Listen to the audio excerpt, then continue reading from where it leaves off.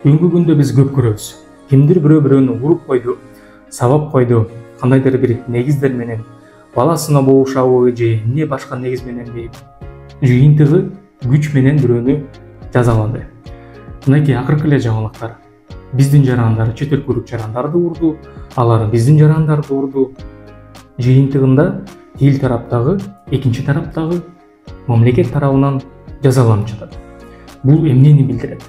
Эгер сиздин укуктарыңызды бирөө бузуп жатса, провокация кылып жатса, балаңызды уруп жатабы же кандайдыр башка негиздер болобу, силер жооп катары күч көрсөткөнүңөр керек.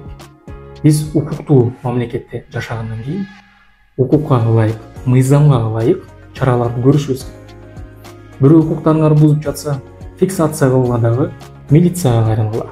Бирок жооп катары бирөөнү сабап салса, эртең өзүңөр эле күнөөлүү болуп каласыңар. Балким бирөө айтышы мүмкүн, бул деген сасыктардын политикасы. Ал криминалга аралашкан адамдар ошентип айтышы мүмкүн. Биз болсо укуктуу өлкөдө жашагандан кийин, мыйзам чегинде иштерди кылгандан кийин, мыйзам чегинде чараларды көрүшүбүз керек. Бирөөнү уруп сабап салбастан, фиксация кылып туруп, милицияга же башка мамлекеттик органдарга кайрылышыбыз керек. Антпесе өзүңөр эле күнөөлүү болуп каласыңар.